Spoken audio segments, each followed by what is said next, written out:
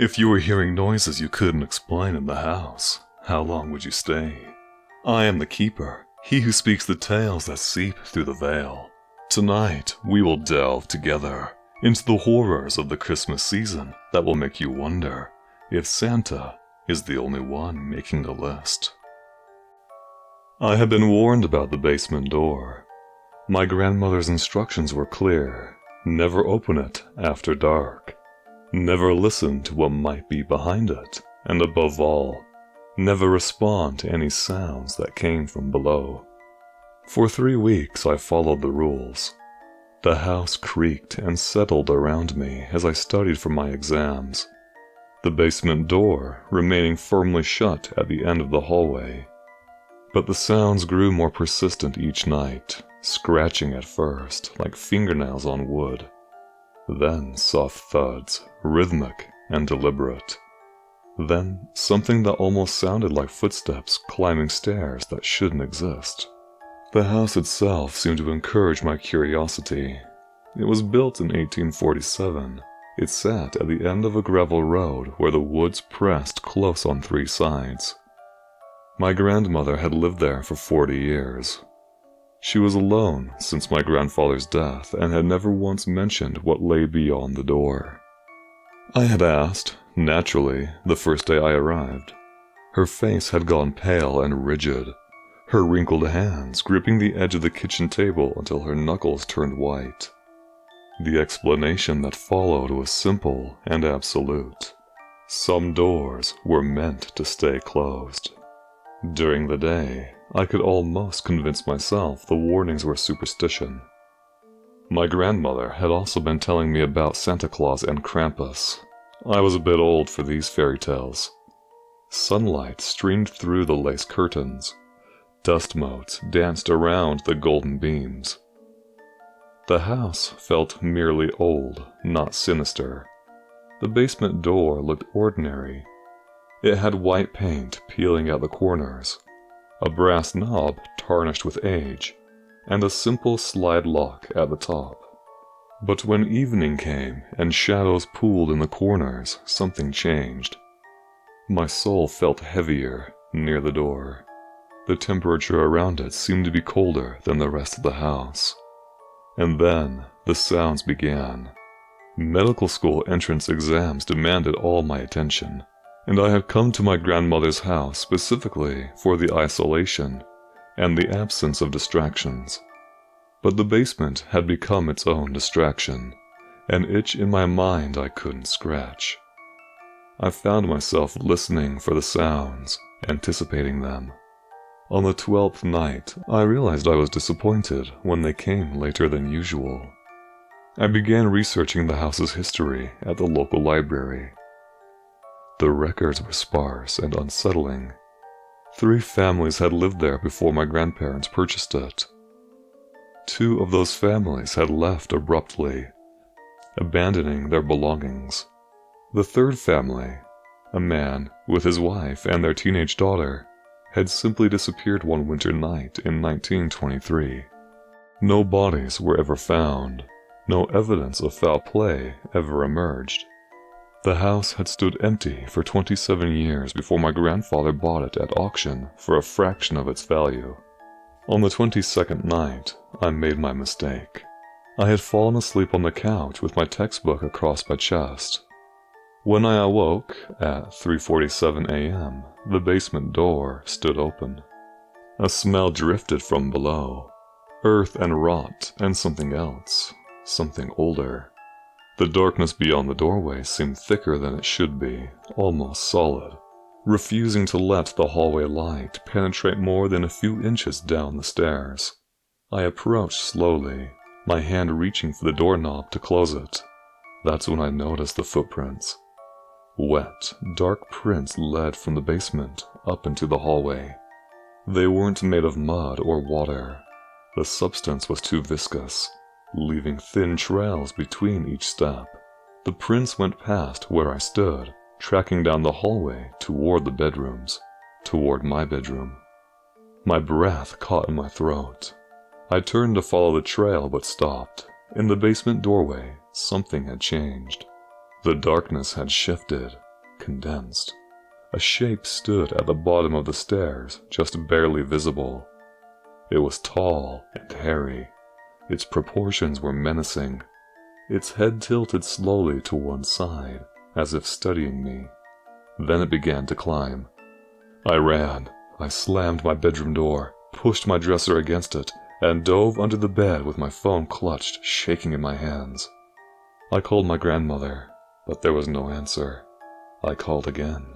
Still nothing. Outside my door, the footsteps stopped. The silence that followed was worse than any sound. I pressed my face against the dusty floor.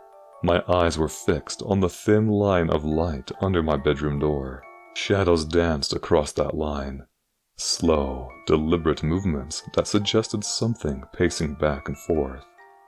Testing the door, searching for a way in. Minutes stretched into hours. My muscles cramped from holding myself rigid, afraid that any movement would draw attention. My mind raced through explanations, each more desperate than the last. Was it an intruder, a wild animal, a nightmare I hadn't yet woken from? But the rational part of my brain, the part trained to observe and diagnose, knew the truth was something else entirely.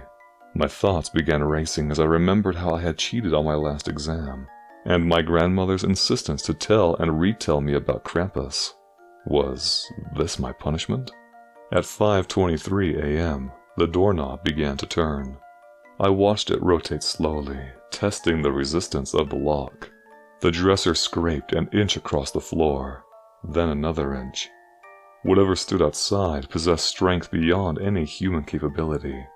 The scraping stopped. The doorknob settled back into position, and the footsteps retreated down the hallway. But they didn't descend into the basement. They stopped somewhere else, somewhere I couldn't see, waiting. For hours I waited in the silence. My phone battery died at 7:12 a.m. When morning light finally crept through my window, I emerged. The hallway was empty. The basement door was closed, and the footprints were gone. But in the mirror above the hallway table, written in the same dark viscous substance that made up the footprints, were 4 words. "You can't cheat the rules." My hands trembled as I read those words. I understood now what my grandmother had meant. Some things exist just beyond human perception, held at bay only by willful ignorance. By looking, by acknowledging, by bearing witness to what had climbed those stairs, I had created a connection. I had seen it return. I had cheated the rules. I scrubbed at the mirror with paper towels, but the substance wouldn't come off. It had soaked deep into the glass, staining it from within. I gave up and covered the mirror with a towel, trying not to think about what those words meant, what they promised. I packed my bags the next morning. I called my parents and invented an emergency. I left the house before noon. As I drove away, I glanced in my rearview mirror. In the window of my bedroom, something stood tall, watching, its head tilted to one side. I never returned to my grandmother's house. I never asked what lived in the basement, and I never, ever looked in mirrors at night, because sometimes, just at the edge of my vision, I could see that shape standing behind me, its head tilted, waiting for me to look too long. The medical school acceptance letter arrived 3 months later. I should have been elated, but fear had become my constant companion. I moved to a new city, found a new apartment with no basement, and covered every mirror before sunset. My roommate thought me strange but harmless. I didn't try to explain it to them. But the thing from the basement was patient. It had waited in that darkness for decades, perhaps longer. It could wait a little more. And every night, in the reflection of my darkened phone screen, in the polished surface of my laptop, I could see it standing there, growing closer, its head tilted, watching, waiting for me to look too long, or to cheat again.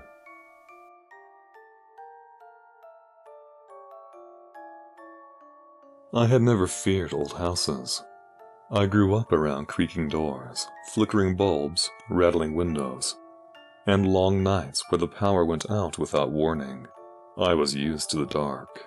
I was used to silence, and used to shadows that stretched strangely under dim light. So during December, I rented a room in an ancient two-story house on the edge of the city. I was in town to visit my parents during the holidays. I had 2 weeks off from work, and cutting corners on rent helped me to afford better gifts. The house was oddly shaped, with a long corridor upstairs and a wooden ceiling, low enough to touch if I stretched on my toes. The owner lived overseas and rarely returned, leaving the upper floor with 4 rooms for tenants. Only one room was occupied when I arrived. The others were vacant. The silence felt tranquil. During the day, nothing unusual happened. I settled into a routine, visiting family during the day, having tea at night, and then sleeping. The wooden floorboards groaned sometimes, but in ways I expected from an old house. The one detail that slightly bothered me was the ceiling above my bed. It had a square panel, some kind of old access hatch, directly in the center. It looked like the cover of a crawlspace, the type of maintenance that might be used for wiring. I never touched it, but I didn't like how it hovered right over my face when I lay down. By the end of the second day, I noticed something subtle but deeply unsettling. The ceiling hatch looked different depending on the time of day. In the morning, it seemed flush with the rest of the ceiling, perfectly aligned. But at night, when the room filled with shadows, and the single bulb cast a weak yellow light, the panel appeared slightly tilted, raised on one side, just a few centimeters, like something underneath was pushing upward. I dismissed it initially, assuming old wood might warp with temperature, but the difference was too consistent to ignore. Every night, the panel rose slightly. Every morning, it returned to normal. One night, I stared at it longer than usual. The longer I looked, the more certain I became that the gap between the panel and the ceiling widened very slowly, almost like a breath expanding. I forced myself onto the blanket and turned to the wall. The last thought I had before sleep finally came was that the gap had been a little wider than before. Sleep didn't bring rest. Halfway through the night, I felt something, an odd pressure in the air. I opened my eyes. The room was so still that even dust particles seemed frozen. I didn't move, but in the corner of my eye I caught something from the ceiling, a dark patch where the hatch was. I turned my head carefully. The panel was open by at least an inch. I lay frozen, my heart pounding so violently I felt it in my fingertips. The opening was too dark to see inside. I stared until tears welled from not blinking. My mind screamed at me to get up, to leave the room, to run, but my body refused to obey. I remained motionless until exhaustion pulled me back into sleep. In the morning, the panel was shut again, perfectly aligned, no gap at all. I avoided looking at it the whole day. I tried to laugh it off as a half-dream, but a knot sat heavy in my stomach. It got worse when I stepped into the corridor. Dust, fine and gray, lay scattered near the door. I bent down to inspect it. It was falling from above, from the direction of the crawlspace. I looked up and saw scratches on the ceiling boards outside my room. Not normal scratches from furniture or nails. These looked like long, thin marks made by something dragging along the wood, something searching. For the first time, I felt the house watching me. That night, I slept with the lights on. The bulb buzzed faintly, flickering occasionally, casting uneven shadows across the room. The ceiling hatch remained shut, but around 2 a.m. a sound woke me. A soft thud, muffled but close. I sat up slowly. Another thud sounded directly above me. Something was moving inside the crawlspace. I didn't breathe. I didn't blink. My heart hammered violently against my chest. The sound came again, this time a drag, like something heavy sliding across old wood. Then complete silence. I kept staring at the hatch until dawn arrived like a lifeline. The next 2 days, Nothing happened. The hatch stayed shut. There was no scratching, and no thuds.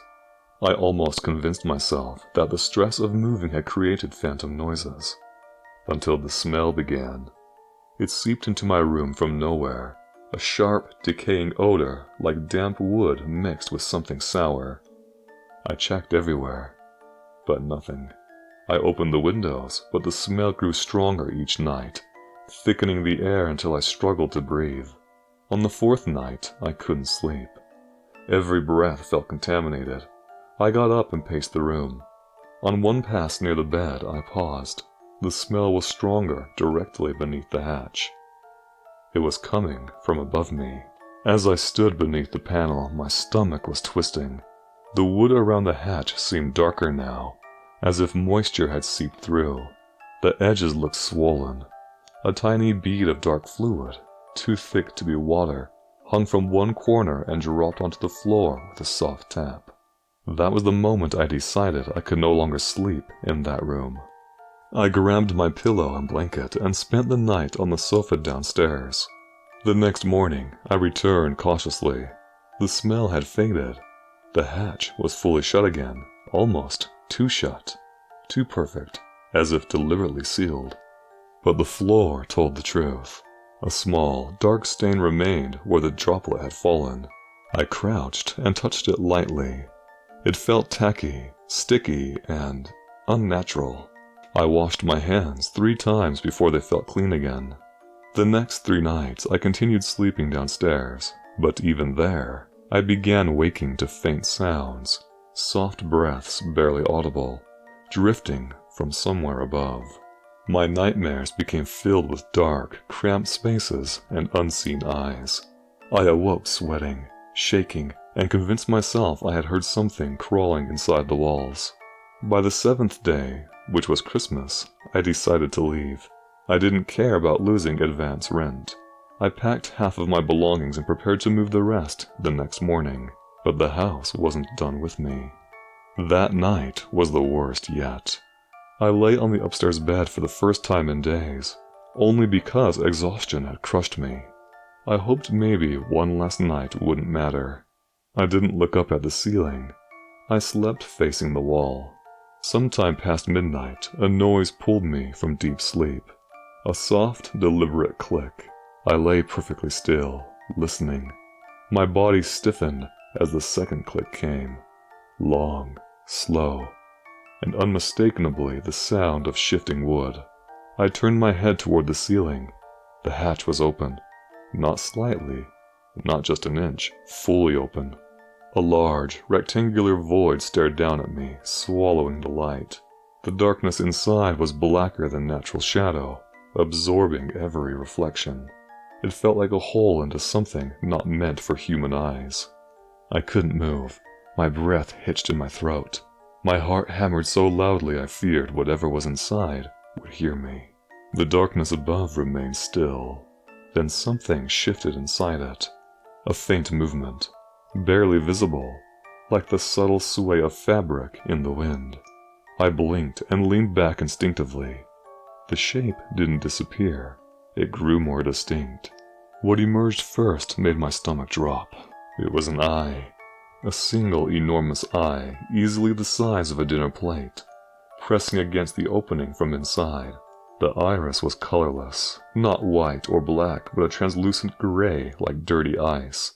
Veins spread across the sclera in thick, pulsing branches. The pupil dilated and contracted rhythmically, as if breathing. The eye didn't blink. It rotated slowly in its socket, scanning the room with mechanical precision. Then it fixed on me.